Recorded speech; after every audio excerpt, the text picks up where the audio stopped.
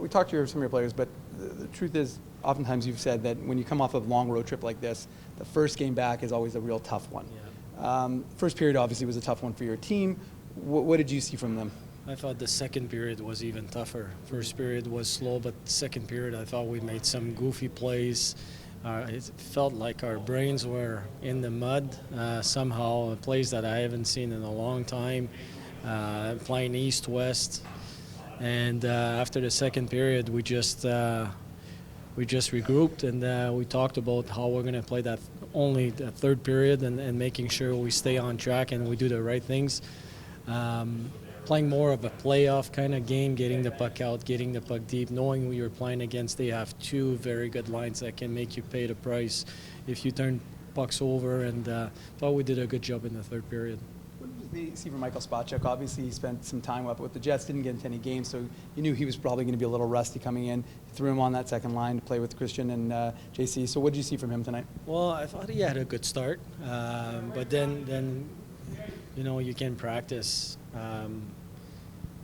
on a regular basis, but it's not a hockey game. So you know what, I wasn't sure what to expect from him, because it was all new territory for him. He spent the last 3 weeks with the big boys, and I know they're really happy with him. He worked hard in practices and he had a good attitude, and coming back here he was flying in the practice yesterday, but playing a full game, it's a different feel and it's a different approach, and I thought the first period he was really good, and that's what we're going to expect from him in the future. A little hard to get something generated, but Jimmy Olney against his former team gets you guys started. Nice to see a veteran guy like that kind of get you guys back into this game. Yeah, and he did. He scored against them the last time we played them, so I guess it's good for him. You know what? He does a lot of good things, and he's been one of our most consistent player for a long time right now, and he's physical. He knows. The good thing about Jimmy is he knows what kind of player he is, and he knows what he needs to bring, and he has a physical presence, and he has a pretty good shot. But on that play, we did the right things. We were on the right side of the battle. We won the battle, and bring pucks to the net. And when you do the right things, good things will happen. And you know what? He's doing a lot of good things, so I'm happy for him.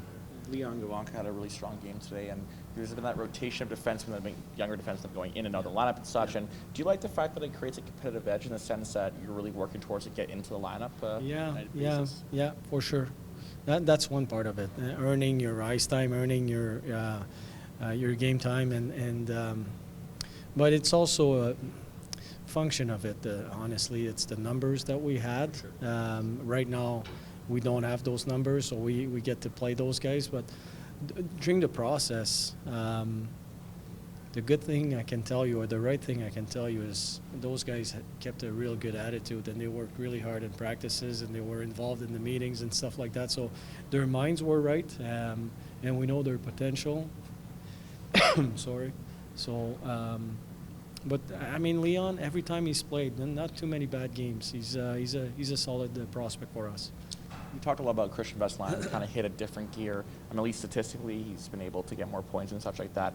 He scores a goal, a fluky one, but how nice was it to get a guy like that rewarded, where maybe doing the simple things, but the offense isn't coming as easily as usual.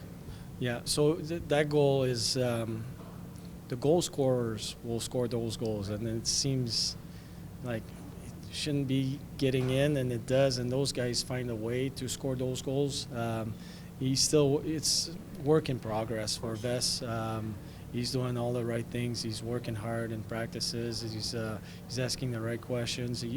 The one thing, and I think we talked about that before, he evaluates himself really well, and he knows when he's not playing the way he should be playing. And I think it's just a matter of time in this case, as far as being more productive.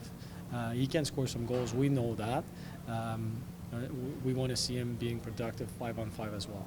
How much of an adjustment is it even for his strengths? He's someone he's got a lethal shot when he can release it quick and he has time. But when you're in the AHL compared to different leagues, the passes are coming faster. Is that an adjustment in itself for teeing up a shot? Oh, for sure, absolutely. And then finding the space to release it, for him to get open and finding the right space, it takes some time and more so for the guys that are used to play on the big ice surface. And it's, he's been here for 20 some games now, and then last year, but the habits will change over time, and it's just a matter of time.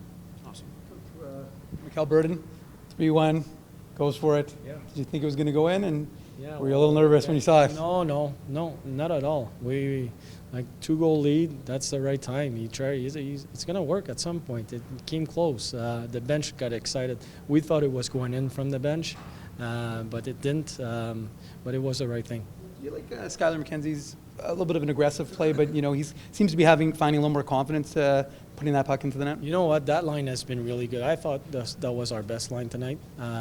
They were on the puck. Skylar has been really good on the forecheck. He's been really good consistently in the last little while. But him, CJ, and Emile Poirier, they've been really consistent as far as creating momentum and creating some forecheck, getting pucks back, playing well defensively. That's been a good line for us, and I think it's the combination of all three. How rewarding is it to see a bunch of your guys like them who are thriving in increased roles, especially given the fact that when the Jets are healthier, you're going to have a body or two come down. Yeah. Is that not the desired result when you give guys more opportunity? Sure. Yeah, absolutely. And for some guys like Skylar, he's been playing on limited minutes, and right now we can see his maximum potential when he plays between 12 and 15 minutes. That's his.